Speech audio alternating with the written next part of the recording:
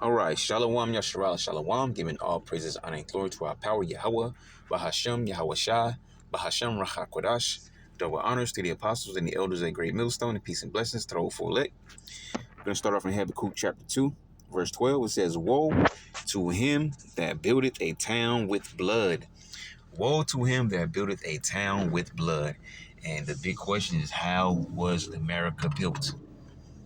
It was built off of free labor, off the backs of Israelites that became, slaves through the slave trade, which was all prophecy. All right, because the scriptures talk about he that scattered Israel will gather Israel. Well, who scattered Israel?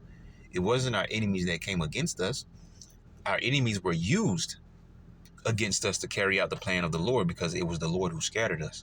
All right, it was the Lord who scattered us, and he used our enemies, the enemy nations, to carry out that plan in real life, in physical, in real time. All right, but he also said he would gather us, not that we would move there about a declaration. Right, those people in the land of Israel, the state of Israel that is right now, are not the true children of Israel. They're not the Israelites. All right, we're going to be taken back in style, all right, in a fashion like no other. I think he talks about that in Wisdom of Solomon, chapter 5, verse 2, the strangest of our salvation, right? Those chariots, all right? People are going to be amazed when they realize all these years they've been lied to about UFOs, and they really existed. And then when the government tells you that they exist, they still continue to lie and tell you there's aliens. No, there's angels, and the angels are coming to gather his elect, and they're coming with Yahweh Shah to fulfill that prophecy, okay? As the bird is flying, he's going to defend Jerusalem, okay? And he's going to gather us up from the four corners of the earth. Lord willing, we are of that hopeful elect number, okay? But let's continue, all right? It says, woe to him, all right? All this destruction is going to come upon these individuals, especially our chief enemy, the horn of our enemies, Esau, who was Edom, which is the so-called white man, and that stems back to those international banking families. Woe to him that buildeth a town with blood. All right, let's finish that question. How was America built? Off the backs of the Israelites that were taken into all the slave trades on cargo ships. All right, they were brought to North America, South America, Brazil. I almost want to say Canada. I'm not sure. Places of the islands, just so many places we've been carted through the earth, right? Like cargo and goods. And that's how we were sold, like goods, like we were their personal items, okay? Which we deserved it, all right? That's why our sins of wickedness against the Lord, while we fell into captivity under our heathen nations. And the worst one by far has been the Romans, the so-called white man, all right? It says, woe to him that buildeth a town with blood, and establisheth a city by iniquity. Okay, rape, robbery, pillaging villages, like we mentioned from time to time, how they did the so-called Indians, right? The Indians showed them how to survive off the land through the winter and so on and so forth. Then they turned around and they backstabbed them. All right, they talked about purchasing land from them, and they didn't know any better, because it was a joke. Which, because land was free. All right, you could live where you wanted to. It was only the so-called white man that came with the thing and the agreement of buying land. And so that's what they did. They constantly they falsely bought land and then say, hey, I purchased this fair and square. And then they came around with their, like the scriptures tell you, though, never trust thine enemy, for as iron rusted, so does his wickedness. And this is exactly what these devils did. They tricked, they lied, they robbed, they raped, they stole, they deceived, and they backstabbed many nations of people, not just the Israelites. It's just that the only nation that matters is the Israelites. The other nations don't matter, but they've done this to all nations, right? Verse 13 says, Behold, is it not of the Lord Yahweh of hosts? All right, host means armies. Lord of heaven's armies in the NLT will say, all right, is it not of Yahweh of hosts, that the people shall labor in the very fire, and the people shall weary themselves for very vanity. All right. As a matter of fact, I want to see if I got a Bible. I think I have one. Ooh, here has Habakkuk right there. Boom. Because I want to grab this in the NLT. If it comes up. All right, here we go. Right there, verse 8. We don't need the Strongs, though. Make it a little easier to read. I'll grab this in the NLT.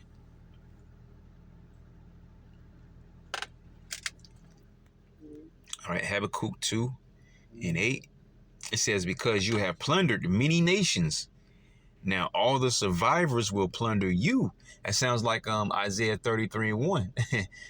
When they're done spoiling all these nations, you're gonna be a spoil. All right. And spoil is not how people think and they use that word.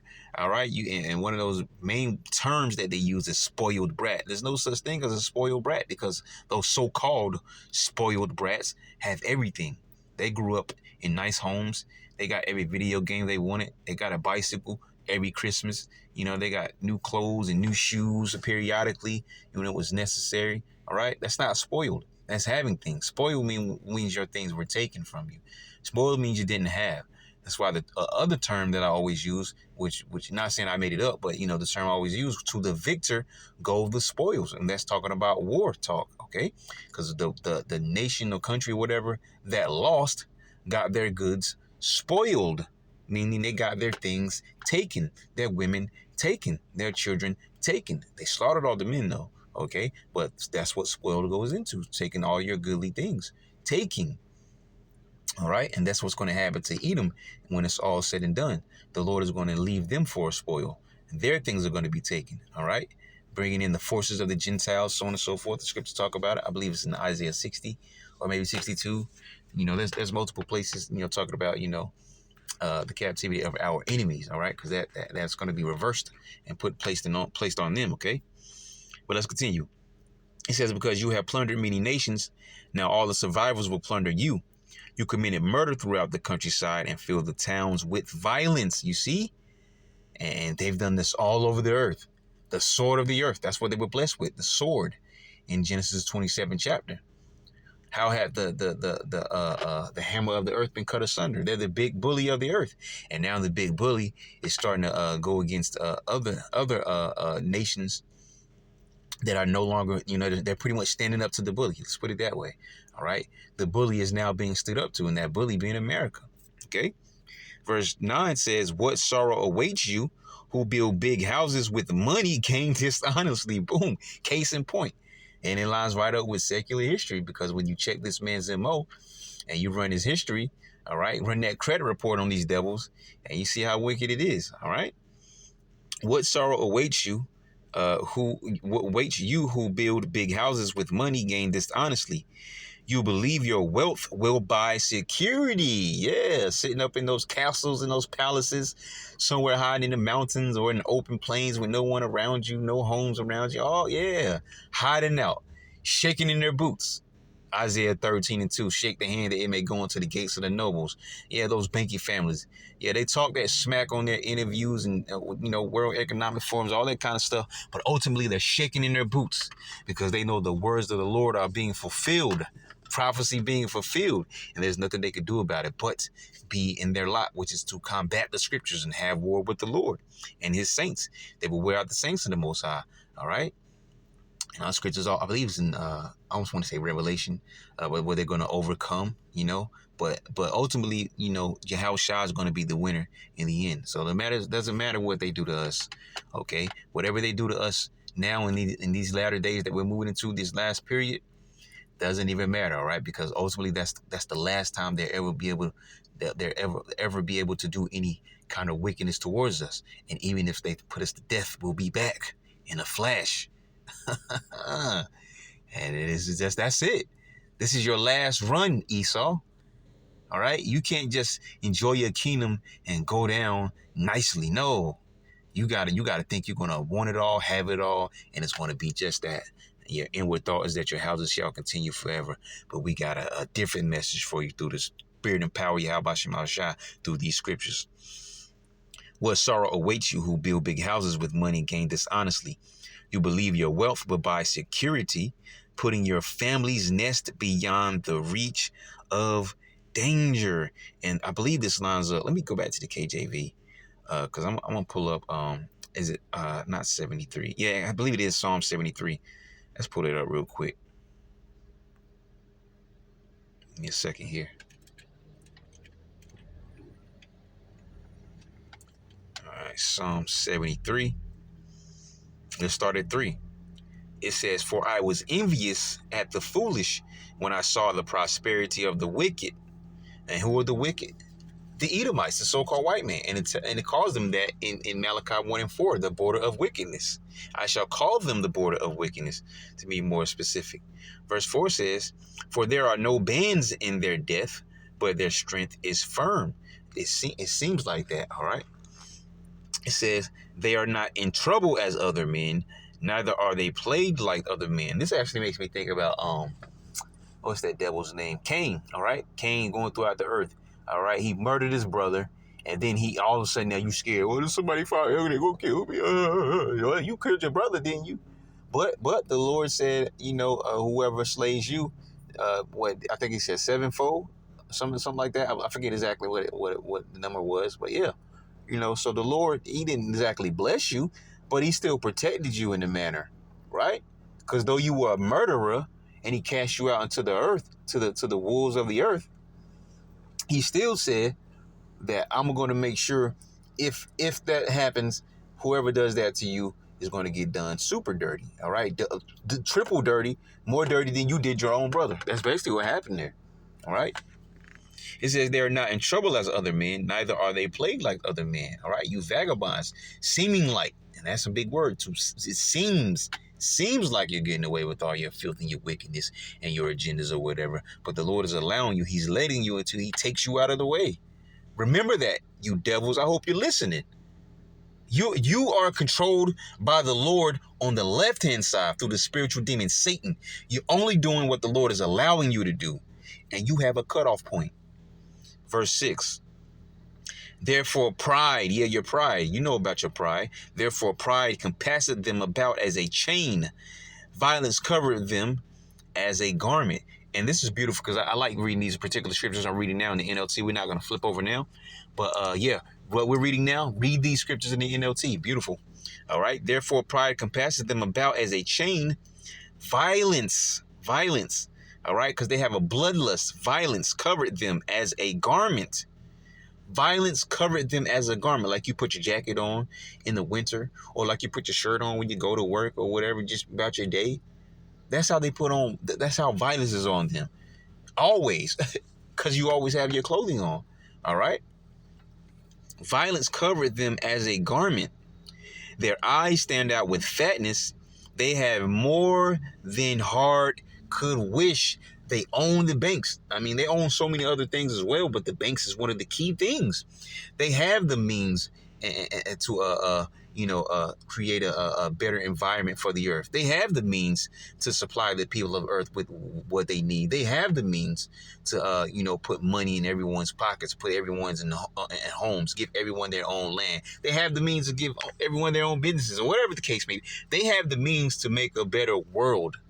But it's not in them to do so in their power, because they were made to be the wicked, and they do it to a T. Their eyes stand out with fatness.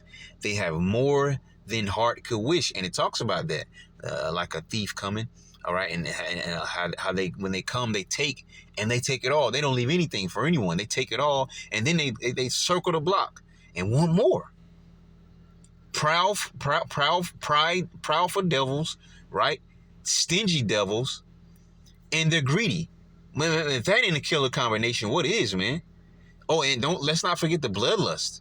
Okay, pride, the bloodlust, stinginess, and greed.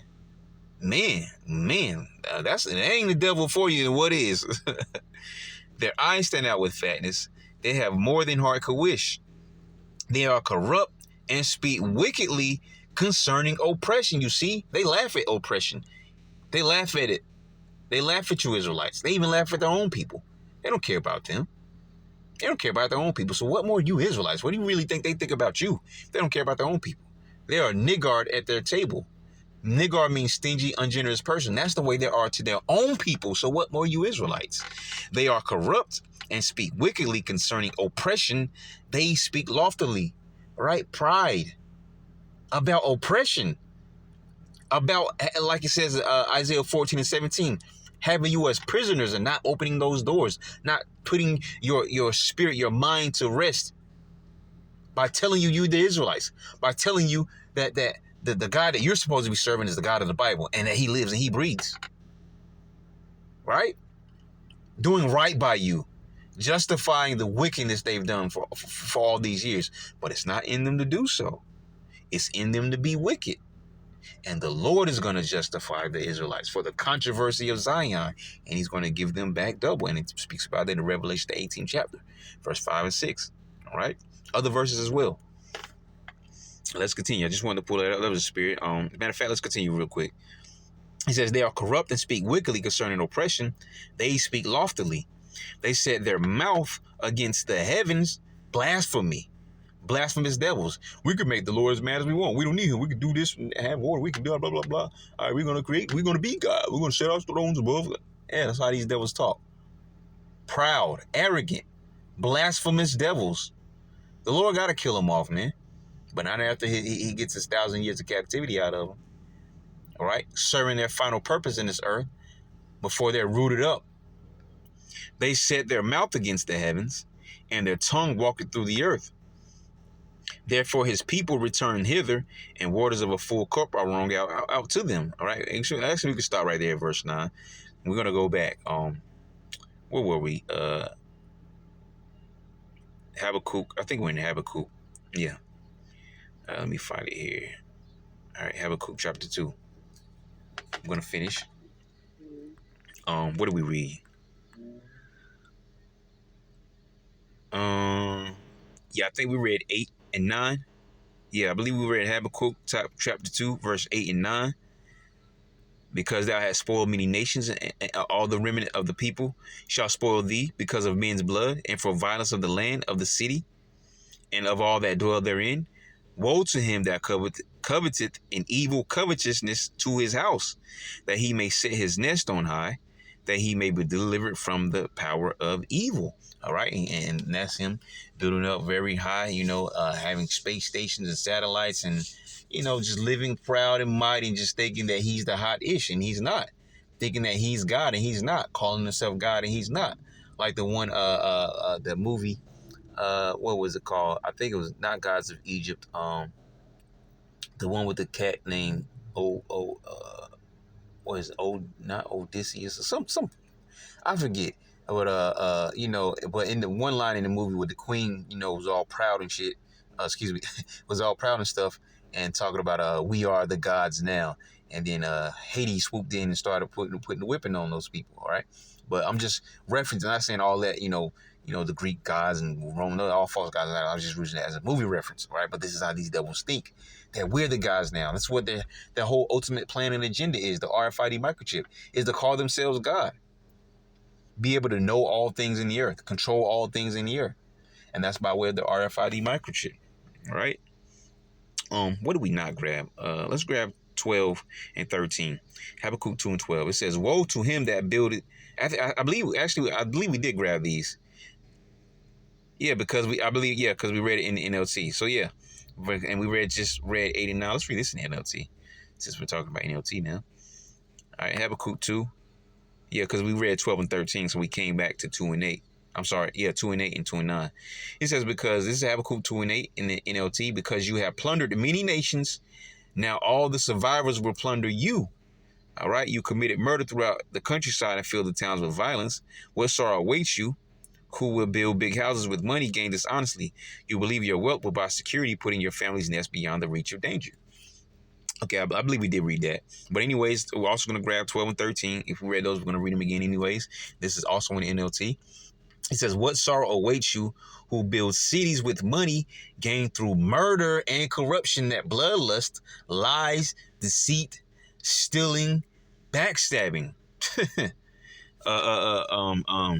Writing up contracts or whatever and pretty much ripping them up and going back on their word, reneging, as they would say, right? What sorrow awaits you? Yeah, you got sorrow coming, devil. What sorrow awaits you who build cities with money gained through murder and corruption?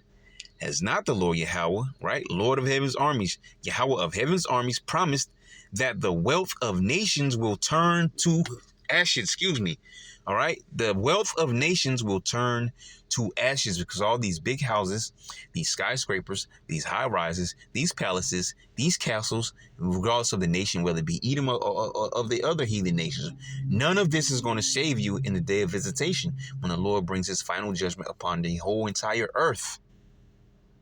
Let's read it again. Has not the Lord of heaven's armies promised that the wealth of nations will turn to ashes? They work so hard, but all in vain. Yeah, because they're so busy trying to scramble how to get above in this earth, how to gain more riches and power and whatever. And they're doing it by stepping on the Israelites. And it's all going to be in vain, because when the Lord returns, and they're going to see that dark-skinned man with white woolly hair stand upon that chariot and get up, give out that blood-curdling scream. And oh boy, it's all over. That's let me need my other Bible here. Hopefully I'm already there. Let me see here. Is this what I'm looking for? Yep, the Wadi Yahweh Shemon Shah. Ecclesiasticus. We're going to close it with this. Ecclesiasticus 21:8. Says, he that buildeth his house with other men's money, pretty much expounded in what we just read in Habakkuk chapter 2. He that buildeth his house with other men's money is like one that gathereth himself stones for the tomb of his burial. And did we not just read that it's going to be all in vanity, no matter how much money you gather to yourself, how many treasures you gather to yourself, how many buildings, businesses, palaces, castles, how many banks, all these things. It's all done in vain because everything belongs to the Lord. He only allows you to have these certain things for now, right, to fulfill your lot as the final rulership in this earth. And it is by far the most wicked rulership that we have seen. You filthy, filthy Romans, all right? You Edomites, the so-called white men, all right? Filthy devils. And it stems back to the international banking families who have to be taken out of the way. And the Lord is going to take them out of the way. Let's read this one more time. He that buildeth his house with other men's money is like one that gathereth himself stones for the tomb of his burial. And you're going to get buried, and missiles soon come, all right? And the Lord's going to use the other nations against you, all right, to do so. As a matter of fact, let's read that. Speaking of missiles, it says the congregation of the wicked is like tow wrapped together, which we just ran through at camp Saturday, all right? It says the congregation of the wicked is like tow wrapped together, and tow is flammable, right? It says, and the end of them is a flame of fire to destroy them. Missiles pummeling down on America, all right, crushing the little sissy dreams of the international banking families. And I got one more for you before we go. Just through the Spirit, grabbing this one. Obadiah 1:18. And the house of Jacob shall be a fire, and the house of Joseph a flame, and the house of Esau, you Edomites, for stubble. Just like tow, like we just spoke on. Flammable. That's what stubble is. It's flammable. Very flammable, highly flammable. And the house of Esau for stubble, and they shall kindle in them and devour them, and there shall not be any remaining of the house of Esau, for Yahweh hath spoken it. Not you devils. You're not God. You're not gods with the little g. You will never be. You're filthy, wicked, vile, servant devils, and the Lord is going to bring you down. Shalom.